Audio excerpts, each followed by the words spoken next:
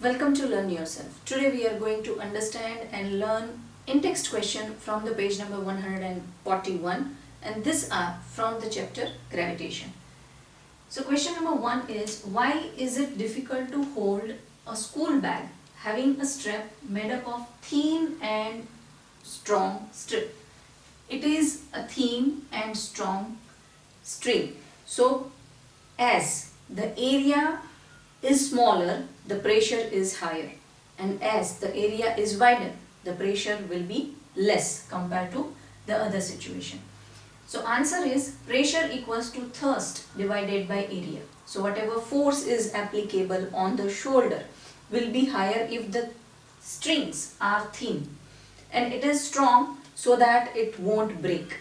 So the thin string are there, so the area is very less, so the applicable pressure will be higher, because pressure is inversely proportional to area.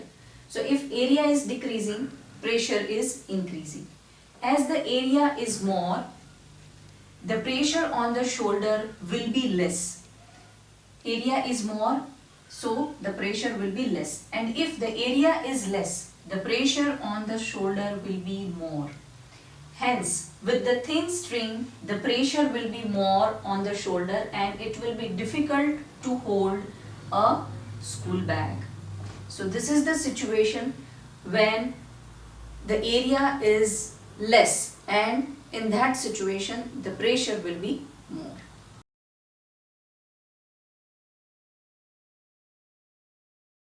Our second question is, what do you mean by buoyancy? Buoyancy is related to buoyant force. Now what is a buoyant force or what is an upthrust force? So when any object we are placing on a water or we are dipping inside a water, then water fluid or liquid will apply some of the force to that object, and that object will be in upward direction. So this upward force which is applicable on the object is known as buoyant force, and this phenomena is known as buoyancy. Now what do you mean by buoyancy? So when an object placed on a liquid exerts upward force on object is known as upthrust or buoyant force. If you want to know more about buoyancy or buoyant force, then please check my video based on buoyancy, where I have discussed in detail that how this buoyancy phenomena is working when any object we are placing on the surface of the water or we are immersing into the water. You can check the link of playlist of standard 9 into description. Our third question is, why does an object float or sink when placed on surface of the water? So there are two different situations when object will sink. In that situation, the density of object will be higher than that of the water. So upthrust force will be less in that situation. So weight of object will become higher in this situation compared to upthrust force. So object will sink, because weight is a product of mass and gravitational pull. Gravitational force is pulling the object towards downward. So weight is more, so gravitational force is also more, and object will go towards downward and it will sink.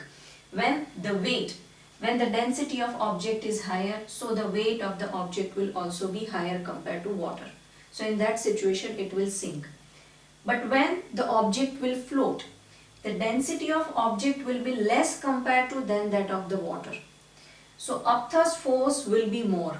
So it is pushing the object towards upward. So weight of the object will be less compared to upthrust force. For example, cork. So its weight is lighter compared to the water and its density is lesser compared to water. So whatever gravitational force is applicable on that will be less compared to upthrust force. So it is pushing the object towards upward. So that's why in that situation, object like cork will float on the surface of the water. So this is the way by which you can remember, and you have to frame sentence out of this. But this is the easiest way to remember.